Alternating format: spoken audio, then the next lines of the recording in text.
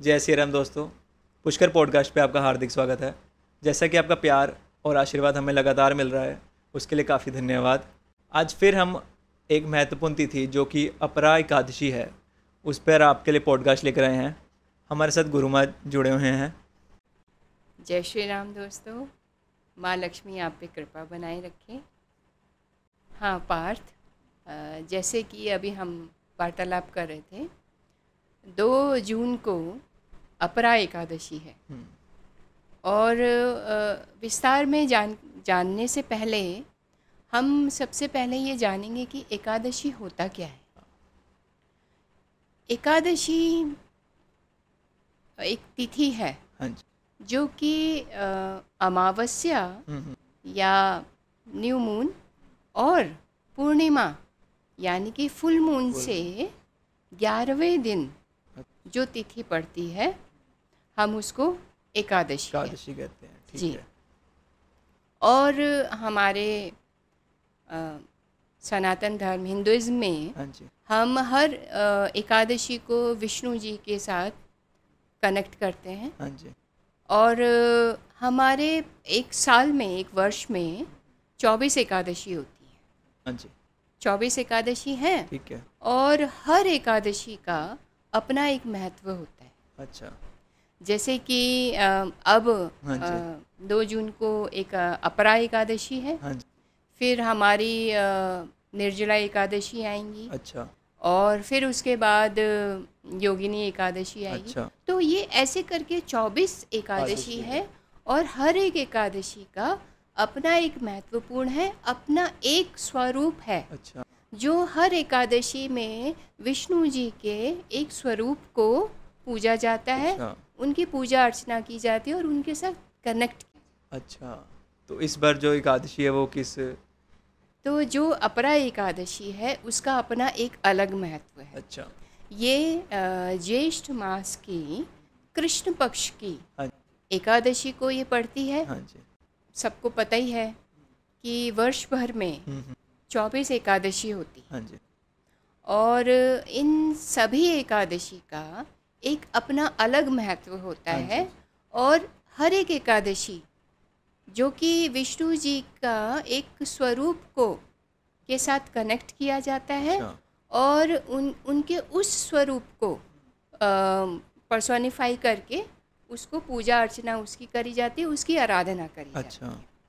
तो एक तरह से हम कहेंगे कि 24 स्वरूप है विष्णु जी के, जो कि एकादशी तिथि में उसके साथ जो जातक है वो कनेक्ट करके और उस स्वरूप को पूजते हैं। तो इस बार कौन सा स्वरूप उनका है? इस बार जैसे मैंने बताया कि ये अपरा एकादशी जो है वो ज्येष्ठ मास के कृष्ण पक्ष में जो पड़ती है एकादशी तिथि, वो विष्णु जी के त्रिविकर्मा स्वरूप को, उनका जो त्रिविकर्मा स्वरूप है, उनके स्वरूप के साथ कनेक्ट किया जाता है और उनको पूजा जाता है। तो अगर हम पौराणिक कथाओं में उल्लेख है और स्कंद पुराण और ब्रह्म पुराण में उल्लेख दिया हुआ है कि ये इसका महत्व श्री कृष्ण ने युधिष्ठिर को बताया। अपरा एकादशी का महत्व श्री कृष्ण जी ने युधिष्ठिर को बताया था कि यदि कोई व्यक्ति इस दिन विष्णु जी से कनेक्ट करता है, उनकी उपासना करता है और उपवास रखता है, तो उसके जो पुराने जितने भी पाप कर्म हैं, जो एक हम कहते हैं ना कि एक्यूमुलेटेड सिंस जो हैं, एक्यूमुलेटेड उसके जितने भी बुरे कर्म हैं, वो इस दिन इस तिथि पे किए हुए उपवास, ध्यान साधना और समर्पण से वो सारे उसके नष्ट हो जाते हैं। हाँ, और ये भी बताया गया है कि इसका इतना ज़्यादा प्रभाव है, इतना लाभ मिलेगा कि यदि किसी ने कोई ब्रह्म हत्या या परनिंदा या कोई बहुत ज़्यादा मिसकंडक्ट किया अपने जीवन में, वो इस दिन के उपवास और एक जैसे कहेंगे पेनेंस से या इस दिन किए हुए पूजा अर्चना और दान से वो समाप्त हो जाता अच्छा, है। जी, ये तो काफ़ी महत्वपूर्ण तिथि है। बहुत महत्वपूर्ण तिथि है। अगर आपको अपने बुरे कर्मों का पूर्व पाप जो कर्म हैं अच्छा, उनको बैलेंस करना है, या आपको ये लगता है कि कुछ ऐसी चीज़ें जो मैंने पास्ट लाइफ में की हुई हाँ, हैं, गलत ऐसी चीज़ें हैं, तो वो डिज़ॉल्व नहीं हो रही हैं, हाँ, तो ये एक ऐसा दिन है जब आप विष्णु जी की साधना करके, उनका स्मरण करके, और उपवास, देखो उपवास क्यों किया, एक एक चलो साइंटिफिक कनेक्शन तो है हर चीज़ का, लेकिन उपवास हम इसलिए करते हैं कि ताकि हम खुद को, हम एक सेल्फ डिसिप्लिन, राइचियसनेस के पाथ पे हम चलें। एक हमने अपने आप को अपना धैर्य हमें देखना है और अपनी बॉडी को लाइट हाँ रखना जी, है। तो जब हमारी बॉडी लाइट होगी, हम अच्छा हमारा माइंड भी लाइट हाँ होगा जी, और हम ज़्यादा जल्दी और अच्छे तरीके से कनेक्ट कर हाँ, पाएंगे। तो इसलिए इस एकादशी का बहुत महत्व है। और ये मैं यही कहूँगी कि जो आप, वैसे भी सबको ये उपवास और विष्णु जी का पूजा अर्चना ज़रूर ज़रूर करनी करने चाहिए, क्योंकि जैसे कि नाम से ही आपको पता लग रहा है, अपरा, अपरा, अपरा यानी अपार। पार, तो आपकी पूजा की हुई पूजा का अपार प्रभाव आपको मिलेगा, आपके जो बैड सिंस हैं वो डिज़ॉल्व हो सॉल्व हो जाएंगे। जाएंगे। सही है। तो जैसे कि कहते हैं कि विष्णु जी के 10 अवतार हैं, तो उन 10 अवतारों से ये 24 जो आपने बताया 24। नहीं नहीं, वो दस अवतार वो एक अलग है कि अच्छा, उन्होंने, हाँ, कि उन्होंने अवतरित हुए धरती धरती पे। पे। जैसे श्री राम, श्री कृष्ण, हमारे परशुराम परशुराम जी जी एक है वो ना। भी जब समुद्र मंथन हो रहा था वो बन के आए थे। हाँ, तो वो नहीं, वो एक अलग वो है। ये हम कह रहे हैं स्वरूप, स्वरूप। हम अवतार नहीं कह रहे हैं कि विष्णु जी के, क्योंकि एकादशी यानी कि विष्णु जी का दिन, अच्छा, विष्णु जी से कनेक्ट करते हैं हम सभी एकादशी को, और वो हर एकादशी पे कोई ना कोई स्वरूप हो। ठीक है। तो जैसे गुरुमा कहते हैं कि हमें एकादशी पे चावल नहीं खाने चाहिए, हाँ, तो वो क्या रीज़न है उसके पीछे, मतलब? देखिए ये पहले क्या होता था, पौराणिक काल की मैं बात बता हाँ जी, रही हूँ। पहले अनाज, गेहूँ नहीं था। हाँ, पहले ये मोटा अनाज जैसे गेहूँ है, बाजरा है, ये नहीं होता था। पहले क्या, आप महाभारत रामायण के टाइम पे हाँ जी, देखें तो केवल खाने में फल फूल सब्जियां, वो भी कुछ ये तो अब तो चलो हम एडवांस हो गए, हमने वो फ्यूजन कर करके हमने बहुत सारी चीज़ें कर ली हैं, लेकिन उस वक्त सिर्फ चावल होता था, चावल और कंदमूल होते थे। तो ये था कि जब हम उपवास कर रहे हैं तो हम चावल नहीं खा रहे, क्योंकि तब का अन्न वही था। अच्छा, तो वो ही चलता आ रहा है कि चावल नहीं खाना चाहिए, क्योंकि उसको उस टाइम से कोरिलेट करते हैं। अच्छा, उस वक्त तो अन्न चावल ही था। तो ये है कि ये वो मिसकंसेप्शन हो गया लोगों अच्छा, को कि बेसिक आइडिया क्या है कि अन्न नहीं अन्न नहीं खाना। खाना है। हाँ, आप फ्रूट्स खाएं। वैसे भी देखो आप एकादशी का फिजियोलॉजिकली भी अगर हम कनेक्ट करें तो एक 11th जो डे है, कुछ टाइम के बाद हमारी बॉडी डिटॉक्सिफाई होना चाहती है, हुँ, और उसको, वो जो ये जो 3 दिन होते हैं, आप ये जैसे हम एकादशी का फास्ट रखते हैं, तो वो एकादशी को ही नहीं, वो अगर हम तरीके से देखें तो वो दशमी तिथि को आपने शाम को 5-6 बजे कुछ खा हाँ लिया, जी, उसके बाद आपको कुछ नहीं खाना, आप अन्न का त्याग कर दीजिए। और जब आप सनसेट के बाद, जैसे हम कहते हैं, और द्वादशी तिथि में जब सनराइज़ होगा उसके बाद ही आप कुछ भी अन्न ग्रहण करें। अच्छा, तो बेसिकली क्या है कि ये हम अपनी बॉडी को और अपने माइंड को डिटॉक्सिफाई कर। तो गुरुमा जी जैसे कि अभी साइंटिफिक वे में बोलते हैं कि 40 टू 45 डेज़ के बीच में हमें एक आधा फास्ट कर लेना चाहिए, ताकि हमारी बॉडी वो हो जाए, डिटॉक्सिफाई, है ना। तो उसी से इन्होंने वो पहले मतलब अब वो कर लिया होगा ना, कि पहले ऐसे एकादशी आती थी जब, है ना। एग्जैक्टली, बिल्कुल सही कह रहे हो आप। तो जो अभी आपने बोला अच्छा, वो होता क्या है कि 40 टू 48 डेज के बीच में हमारी जो बॉडी है, हाँ, जो उस बॉडी का, हमारी हर बॉडी का एक साइकिल है, सिरकैडियम रिदम जी, है ना। तो जो बिल्कुल सही कहा आपने, तो जो रिदम है हमारी बॉडी का, तो 40 टू 48 डेज के बीच में एक ऐसा साइकिल आता है एनर्जी का, जो जिसको मंडल कहते हैं। मंडल, हाँ, तो वो ये 3 दिन का ऐसा पीरियड, 3 दिन होता था पहले, लेकिन अब ये है कि चलो एक दिन भी, हाँ, अगर हम फास्टिंग कर रहे हैं, क्योंकि बॉडी को रेस्ट चाहिए, चाहिए, राइट, है ना। बॉडी चाहती ही नहीं है कि उसके अंदर फूड जाए, तो वो एक रेस्ट, उसका जो मैकेनिज्म है, देखो मशीन है, सही बात, मशीन भी चलते चलते कभी तो रेस्ट चाहिए सही मशीन बात को है। भी। हम उसकी ऑयलिंग करते हैं या कभी पूरे मशीन को खोल के उसकी सफाई करते हैं, ऐसे ही हमारी बॉडी को भी क्लेंजिंग चाहिए। तो बॉडी वो डिटॉक्सिफिकेशन और क्लेंजिंग मांग रही मांग है रही है, 48 डेज़ के साइकिल में, तो वो फूड नहीं चाहिए। तो पहले के लोगों ने, दे वर वेरी स्मार्ट, पहले के लोगों ने क्या, इसको स्पिरिचुअलिटी से जोड़ दिया कि भी आप फास्टिंग करो, अच्छा, ताकि आपकी 2 दिन बॉडी क्लींस हो जाए।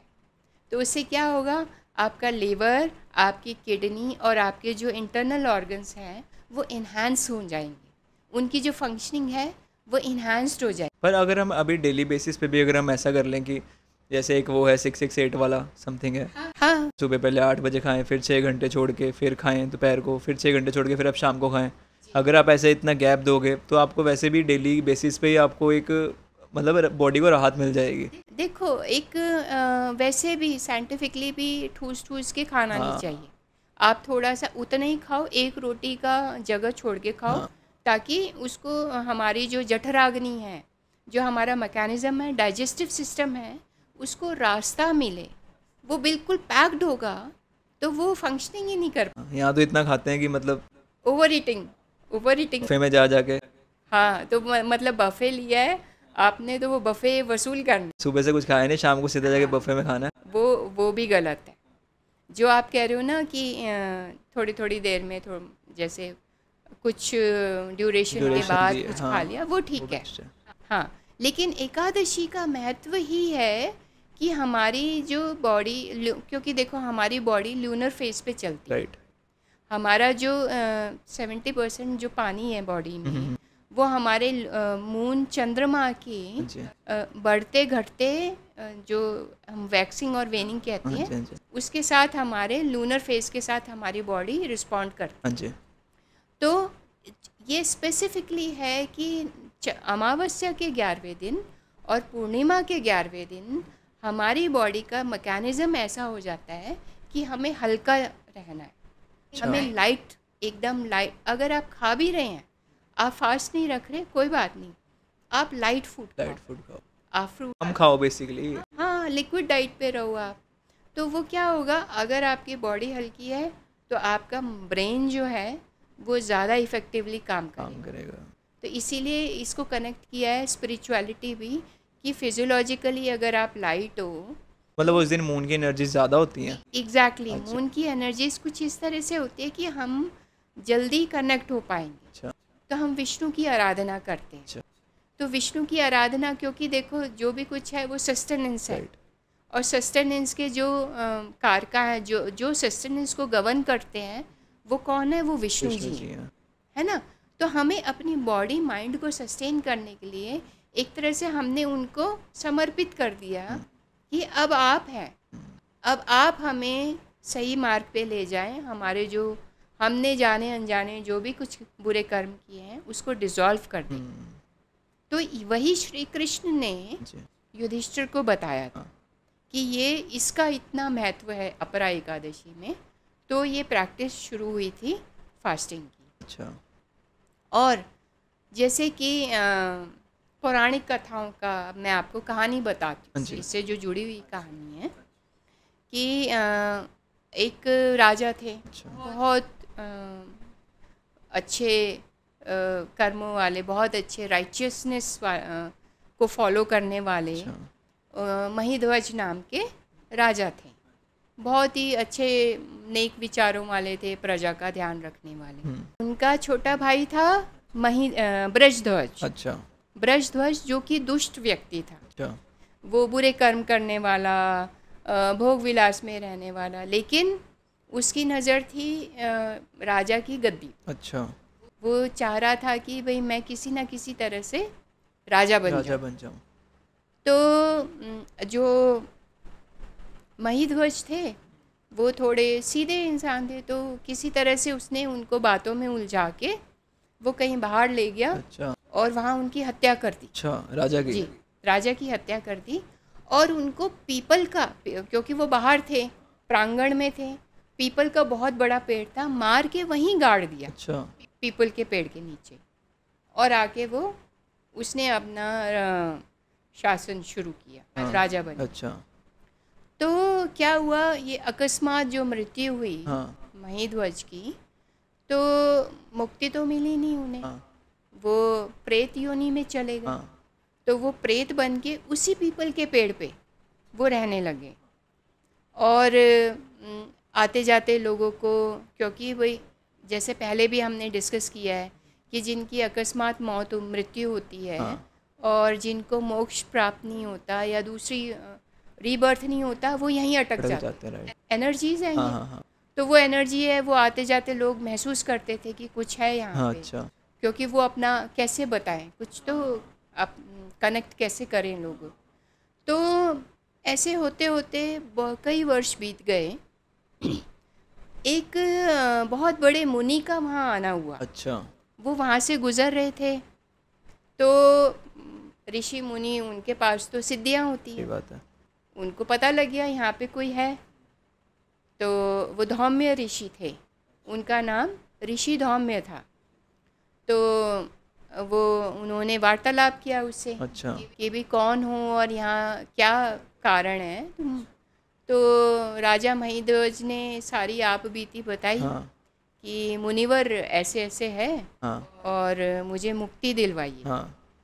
तो संयोगवश 2 दिन बाद ही अपरा एकादशी थी। अच्छा। तो मुनिवर ने कहा कि ठीक है, मैं तुम्हें इससे मुक्ति दिलवाऊंगा। तो उन्होंने 10वीं तिथि में अपना अन्न जल त्याग करके पूरा एकादशी का व्रत किया महिध्वज के लिए। अच्छा। और जब 12वीं तिथि में जब उन्होंने अपना जो एकादशी का व्रत है वो खोला और विष्णु जी से प्रार्थना करी। अच्छा। कि जो भी मैंने उपवास किया है, साधना की है आपकी, इसका श्रेय, इसका फल जो है वो महिध्वज को दो और इसको प्रेत योनि से छुटकारा दे। अच्छा। और फिर जब वो फ्रक्टिफाई हो गया तो महिध्वज प्रकट हुए कि मुनिवर आपने बड़ी सहायता की और मुझे छुटकारा दिलवाया, मैं जा रहा हूँ, लेकिन मुझे ये तो बताओ कि ऐसा, मैं तो इतना शरीफ था, मैं तो प्रजा की रक्षा करने वाला, मैंने कोई गलत काम किया नहीं, तो मुझे मेरे साथ ऐसा क्यों हुआ? तब ऋषि धौम्य ने उन्हें बताया कि आपके जो पुराने इतने सारे जन्मों के बुरे कर्म जो इकट्ठे हो गए थे वो पहले नहीं मिले, वो इस जन्म में मिले आपको। वो भी ये बन के। हाँ, तो आपने प्रेत बन के जो ये कष्ट झेला है और आपकी मृत्यु, इस तरह से आपकी मृत्यु हुई प्रेत बन के, ये डिज़ोल्व हुआ है इस, और वो भी अपरा एकादशी के उपवास के प्रभाव से, तभी आपको मुक्ति मिलेगी। अच्छा, तो ये इतना महत्वपूर्ण है, मतलब बहुत महत्वपूर्ण है। तो इसीलिए किसी को प्रेत बाधा है, किसी को कह देते ना हम जनरल लैंग्वेज में कि इसके ऊपर तो जिन्न चढ़ा हुआ है, इसके ऊपर तो प्रेत चढ़ा हुआ है, तो उनके घर वालों को चाहिए कि इस दिन विष्णु जी का आराधना करें, विष्णु सहस्त्र नाम का जाप करें और विष्णु यंत्र लाके अपने घर में लगाएं। तो कोई भी प्रेत बाधा है आपके घर में, आपके घर में कोई कलेश है, अशांति है, तो वो इस दिन आप ये उपाय है कि आप अपने परिवार के साथ अपने घर में शांति हवन का आयोजन करें, शांति पाठ का हवन करें। आजकल तो क्लेश सभी घर में है, सभी कर लो। जी, तो ये बहुत महत्वपूर्ण है, तो इसका एक अपना महत्व है। अच्छा, तो गुरु माँ जी हमें इसकी पूजा कैसे करनी चाहिए, एकादशी की ना ये? हाँ, सबसे पहले तो मैं अपने दर्शकों को ये बताना चाहती हूँ कि जैसे भ्रांति है हम कि एकादशी है तो एकादशी सनराइज़ पे शुरू होगी, जो उपवास है आपका वो सनराइज़ एकादशी की नहीं। एकादशी का जो भी उपवास रख रहे हैं जातक, वो दशमी तिथि में सनसेट में ही अपना स्टार्ट, मतलब जिस दिन एकादशी है उससे एक दिन पहले आप सनसेट पे शुरू कर लें। एग्जैक्टली 6:30 तक होता है सनसेट आई गेस। तो जो भी जैसे अभी आजकल 6:45 तक है ना, तो उसके बाद आपने अगर आप उपवास रख रहे हैं तो आपको अन्न नहीं खाना है, आपको कुछ भी नहीं खाना है। अच्छा। मैं सजेस्ट करूँगी अपना ब्रश करके फ्री हो जाओ। आप जब सुबह पूजा अर्चना करने के बाद ही कुछ ग्रहण करना। अच्छा। तो आप दशमी तिथि में ही सनसेट के बाद अन्न को त्याग दो। फ्रूट्स वगैरह खा सकते हैं ना? फ्रूट्स भी एकादशी वाले दिन, उसी दिन एक दिन पहले आपने कुछ नहीं खाना है। हाँ, सनसेट के बाद। सनसेट के बाद जी। कहीं पता चले उससे पहले सनसेट हुआ नहीं, बाहर पेट भर के बफे खा के आ रहे हैं। हाँ नहीं, वो फिर नहीं, वो उस काउंट नहीं होता। हाँ। क्योंकि वो एनर्जीज होती है ना, वो मेन इसका तो यही है ना कि आप अपनी बॉडी को डिटॉक्सीफाई कर पाओ, और आप पहले इतना खा के आ रहे हो कि मैं तो भाई भूखा पेट रहना है, खा पी के आऊँ। और सबसे बड़ी बात कि वो लूनर साइकिल के साथ अपने आप को कनेक्ट कर रहे हो, जो एक एनर्जी है। तो फिर एकादशी वाले दिन आप सुबह उठे, नहा धो के पूजा अर्चना, और सबसे बड़ी बात है कि विष्णु जी का कोई फोटो या मूर्ति हो तो वो पीले वस्त्र में, पीला आसन आप लगाइए और उस पे उनकी फ़ोटो या मूर्ति को विराजित करके फिर उनकी पूजा अर्चना करें। अच्छा। और धूप दीप नैवेद्य, पान के पत्ते, लौंग, सुपारी, और अगर हो सके तो कमल का फूल, वो ज़रूर होना चाहिए। और सबसे इम्पोर्टेंट, विष्णु जी की जहाँ भी पूजा होती है वहाँ तुलसी जी तो होंगी ही होंगी। बात है। तो आप कोई भी आप चरणामृत बना रहे हैं या आप भोजन बना रहे हैं अपना, या आप फलाहार कर रहे हैं, वहाँ तुलसी के पत्ते ज़रूर रखें, क्योंकि बिना तुलसी के विष्णु जी की पूजा पूरी नहीं होती। हाँ जी, तो वो आप ज़रूर करें। और आप विष्णु यंत्र भी ला सकते हैं, वो भी स्थापित कर सकते हैं, और आप पूजा करके विष्णु मंत्र का जाप करके और फिर आप कुछ ग्रहण करें। ठीक है, मतलब आप एक दिन काज से एक दिन पहले कुछ ना खाएं, और अगले दिन जब आप सो के उठेंगे सुबह तो आप नहा नु के ब्रश वगैरह करके फिर आप पूजा पाठ करो, उसके बाद आप ग्रहण कर सकते हो। जी, उसके बाद फलाहार कर लो, नारियल। अन्न नहीं ग्रहण करना, अन्न नहीं ग्रहण, आपका व्रत ही चल रहा है। हाँ, तो कई लोग फलाहार भी नहीं लेते, लेकिन मैं एडवाइस करूँगी क्योंकि गर्मी बहुत है। सही बात है। तो थोड़ा आप अपने शुगर लेवल को और ग्लूकोज लेवल को मेंटेन करके रखें, थोड़ा थोड़ा आप ज़रूर। हाँ, वाटरली वो खा लो फ्रूट्स आप। हाँ, वाटरी फ्रूट्स खा लीजिए, और कुछ भी लिक्विड, नारियल पानी या ऐसा आप ले सकते। जैसे कई लोगों को होता है कि व्रत है, व्रत में हमारे लिए ये बनाओ कि आलू बना दो, साथ में हमने वो खाने हैं, क्या होते हैं, साबूदाना। हाँ, वो जो पकोड़े से बनते हैं, वो वाले व्रत वाले आटे से। नहीं, तो उनको स्पेशली इसलिए व्रत रखते हैं और उस दिन भी प्रॉपर खाना है। वो तो चलो सबका अपना तरीका है, लेकिन ये एडवाइजेबल नहीं। हाँ। आप देखो, संयम, उपवास का मतलब क्या है कि आप संयम बना रहे हैं अपना, आप सेल्फ डिसिप्लिनरी एक्शन है ये उपवास रखना, कोई ज़ोर ज़बरदस्ती नहीं है। हाँ। आप नहीं रख सकते, आप मत रखिए, लेकिन अगर आप संकल्प ले रहे हो, सही बात, और फिर आप ऐसे ही कर रहे हो कि ये खा लिया वो खा लिया, नहीं, ये सेल्फ डिसिप्लिन एक्शन है। आप संयम के लिए, अगर आपने अपने मन तन को साध लिया तो ही आप अपने मन को साध पाएंगे ना। सही बात है। तो संयम रखिए आप, और अगर आप व्रत रख रहे हैं तो तरीके से रखें। ठीक है, तो इसका हमें वैसे लाभ क्या मिलेगा? देखिए, सबसे बड़ा तो जैसे मैंने आपको बताया कि आपके जो एक्यूमुलेटेड बैड कर्मास हैं हाँ जी। वो डिज़ोल्व होंगे। अच्छा। दूसरा, आपको ना एक प्रॉस्पेरिटी मिलती है। अच्छा। धीरे धीरे धीरे जैसे आपने एकादशी के व्रत रखने शुरू किए, विष्णु जी का ध्यान रखना शुरू किया, तो धीरे धीरे आप देखेंगे कि आपको ना फेम भी मिल रहा है। अच्छा। आपको आपका पराक्रम बढ़ रहा है। अच्छा। आपके घर में प्रॉस्पेरिटी और हार्मनी आ रही है।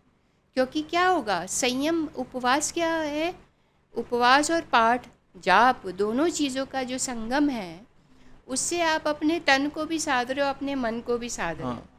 धीरे धीरे आपका गुस्सा शांत होता जाएगा, आपकी जो बेचैनी है वो धीरे धीरे डिज़ोल्व होती चली हाँ। जाएंगी, आपका विवेक और बुद्धि अलाइन होके काम करना शुरू करेंगे, है ना। तो क्या होगा, आप बिल्कुल एकदम रिलैक्स स्टेट में हो, और जब आप रिलैक्स स्टेट में हो, आप वैसे ही एक्शन, आपकी वाणी वैसी हो जाएगी। आप लगातार जाप या पूजा कर रहे हैं तो आपकी वाणी मधुर हो जाएगी। दूर हो जाएगी। आपकी वाणी मधुर होगी तो घर में झगड़ा ही नहीं सही होगा, बात है ना। आप जल्दी उठ रहे हो पूजा के बहाने, या सूर्य को जल देने के लिए जल्दी उठ रहे हो, आपकी एक हैबिट बन गई ना जल्दी उठने की हैबिट बन गई, तो आप प्रोडक्टिव काम कर सकते हो, है ना। तो वो एक आपका माइंड एंड बॉडी का जो अलाइनमेंट है वो बहुत अच्छा होता चला जाएगा। आप नेचर के साथ, आप यूनिवर्स के साथ कोऑर्डिनेशन में आ जाओ, और धीरे धीरे आप अच्छे हुए, आपके साथ में रहने वाले लोग अच्छे हुए, धीरे धीरे हार्मनी बनेगी, धीरे धीरे घर का माहौल अच्छा होगा, आपको प्रॉस्पेरिटी मिलेगी, आपका काम बढ़ेगा। अच्छा, जो स्टूडेंट्स हैं उनकी कंसंट्रेटिव पावर बढ़ेंगी, कॉम्पिटिटिव एग्ज़ाम्स में एक्सेल करेंगे, क्योंकि उन्होंने डिसिप्लिन ले आए अपनी लाइफ में, है ना। जो विवाहित लोग हैं उनके बीच में आपस में हार्मनी बनेगी, है ना, प्यार मोहब्बत बना रहेगा। तो ये लाभ है एकादशी के। बेसिकली मतलब ये कर लेना चाहिए, सभी को करना चाहिए। बिल्कुल करना चाहिए। आप देखना, आप कुछ भी रेगुलर कर रहे हैं तो आप बदलाव आते हैं आपके जीवन। सही बात है, ये तो बात, पॉजिटिव बदलाव। ये तो बिल्कुल सही बात बोली आप। तो गुरु माँ जी, इसके लिए हमें क्या रेमेडीज़ करनी चाहिए बेसिकली? जी, अपरा एकादशी वाले दिन जो जिनके घर में कुछ लड़ाई झगड़े रहते हैं या बिना बात के कलेश हैं, उनको इस दिन विष्णु जी को बांसुरी भेंट करनी चाहिए। हाँ, और शांति पाठ का हवन कर लें अपने घर में। और जो बहुत लंबी बीमारी से जूझ रहे हैं, या कोई ऐसी बीमारी है जो कि अनक्योरेबल है, तो उसकी पीड़ा को कम करने के लिए विष्णु जी का मंत्र है उसका जाप करें। अगर सारी रात जाप कर सकें तो वो बहुत अच्छा है। तो वो मंत्र, जैसे हम रात को बैठे, एकादशी की रात को पूजा अर्चना उनका स्मरण करके, विष्णु जी का स्मरण करके हमें बोलना है, नमः सूर्याय शांतये सर्वज्ञ निवारिणे आयुरोग्यम मैस्तेयम देहि देवाय जगत पतये। ये बहुत पावरफुल मंत्र है, ये उच्चारण करें, जितना यथाशक्ति उतना उच्चारण करें। धीरे धीरे आप देखेंगे कि आपका जो रोग है उसकी पीड़ा कम हो रही है, और अगर वो क्योरेबल डिजीज़ है तो वो धीरे धीरे ठीक भी हो जाएगी। अच्छा, जैसे कि अभी कहा जाता है कि मंत्रों में बहुत पावर होती है। जी, मंत्रों में बहुत पावर है, क्योंकि मंत्र क्या है, मंत्र ऐसे नहीं कुछ भी लिख दिया। हमारे पूर्वज बहुत स्मार्ट थे, बहुत इंटेलिजेंट थे, उन्होंने रिसर्च करके एक एक चीज़ रिसर्च करके बनाई हुई है। तो मंत्र, हर एक चीज़ के लिए एक स्पेसिफिक मंत्र है। ऐसे ही आप कुछ भी उठा के मंत्र बोलो वो भी अच्छा नहीं रहता। आपको ये पता होना चाहिए कि किस वक्त और किस व्यक्ति को कौन सा मंत्र करना है। मंत्र कभी भी बिना गुरु के जाने, बिना गुरु के दिए कभी मंत्र नहीं करना चाहिए। अच्छा। जी, मंत्रों की बहुत पावर होती है, क्योंकि क्या आप मंत्र उच्चारण कर रहे हैं तो वाइब्रेशंस हैं ये। हाँ। मंत्र जो वाक्य, जो भी शब्द, जो भी एक सिलेबल्स हमारे मुंह से निकल रहे हैं वाणी बन वाणी के, निकल वो वाइब्रेशंस है, वो वाइब्रेशंस यूनिवर्स में जा रही है, राइट। तो वो वैसे ही एक्ट करेंगे, वो वैसे ही चीज़ें आपको वापस, यूनिवर्स क्या है, जो उसको मिलेगा वापस वही लाके, राइट राइट। आप नेगेटिव भेजोगे नेगेटिव आएगा, नेगेटिव आएगा। एग्जैक्टली। तो इसलिए मंत्रों में बहुत पावर है। धीरे धीरे धीरे वो वाइब्रेशंस एक एनर्जी बन जाती हैं। वो एनर्जी आपको प्रोटेक्ट भी कर सकती हैं और आपको डिस्ट्रॉय भी कर सकती है। राइट। तो you have to be very careful. मंत्र कभी भी किसी ने ऐसी सुन लिया आपने और आपने, हाँ, यूट्यूब पे आजकल हर कोई डाल देता है ये मंत्र का जाप करो, नहीं, कभी नहीं करना चाहिए। मंत्र हमेशा स्पेसिफिक होते हैं, कब, किसको, कैसे, कहाँ, किस मंत्र का उच्चारण करना है, वो बहुत ही स्पेसिफिक। हाँ, अब ये हम मंत्र डिस्क्रिप्शन बॉक्स में भी डाल देंगे। हाँ, ये हम डिस्क्रिप्शन बॉक्स में डाल देंगे। ये विष्णु जी का है, आप विष्णु सहस्त्र नाम का जाप कर सकते हैं। आप विष्णु जी की का पाठ कर सकते हैं उनका, और सबसे इफ़ेक्टिव विष्णु सहस्त्र नाम, और ये जो मंत्र हमने बोला है जो डिस्क्रिप्शन में आपको मिल जाएगा, उसका आप जाप करें। ठीक है। और ये व्रत हमारा कब तक रहेगा? पूरी शाम तक? देखिए, पूरा दिन 2 जून की पूरा दिन है। 3 जून को आप सुबह उठ के स्नान करके, पूजा अर्चना करके अपने व्रत को खोल सकते हैं। तो जब व्रत हम खोल रहे होते हैं एकादशी का, तो कुछ भी खा के खोल सकते हैं या मीठा खा के? कैसे होता है? नहीं, ऐसा देखो, यहाँ दोबारा एक मिसकंसेप्शन है लोगों की कि व्रत रखा है, अगले दिन हमने छोले भटूरे खा लिए या हमने चिकन खा लिया।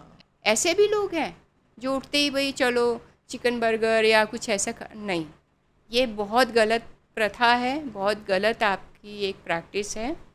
आप कुछ भी लाइट खाओ, आप फ्रूट्स खाएं, आप कोई दलिया, उपमा या ऐसा कुछ चीज़ बना के खाएं, लेकिन क्योंकि वो टाइम लगता है ना, वो मैकेनिज़्म आपका जो है जठराग्नि को फिर से अपना काम पे आने में, क्योंकि छुट्टी मना ली उसने, सही बात है, 1-1.5 दिन हमारा मैकेनिज़्म छुट्टी पे गया हुआ है। तो क्लियर हो गया वैसे भी। हाँ, आते ही आप उसको हार्ड टास्क दे दोगे, राइट, इतना हैवी काम दे दोगे तो वो गड़बड़ हो जाएगी ना। तो धीरे धीरे लाइट फूड से आप शुरू करिए, आप फिर हैवी ले लीजिए। पहले थोड़ा लाइट लें, फिर उसके बाद चाहे आप थोड़ा हैवी ले सकते। ठीक है। और जैसे मेरे को एक ये बात और करनी थी, जैसे लोगों का ये अभी वो है माइंडसेट आज के जनरेशन का ना, कि ट्यूसडे को हमने नॉनवेज नहीं खाना पर वेडनेसडे खा लेंगे, थर्सडे नहीं खाना, फ्राइडे खा लेंगे, सैटरडे खाना, संडे मंडे खा लेंगे। हाँ, तो इस पे आपका क्या कहना है? मतलब ये मेरे हिसाब से तो खाना डेली खाओ, नहीं खाना फिर बिल्कुल भी मत खाओ।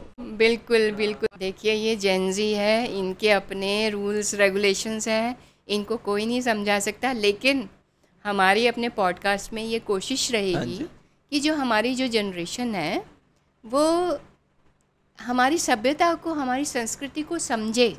फॉलो करे ना करे वो उनकी मर्जी है, लेकिन उन्हें पता तो हो हमारी संस्कृति क्या है। सनातन जो एक विचारधारा है वो कितनी एप्लीकेबल है, कितनी साइंटिफिक है, हर चीज़ साइंटिफिक है।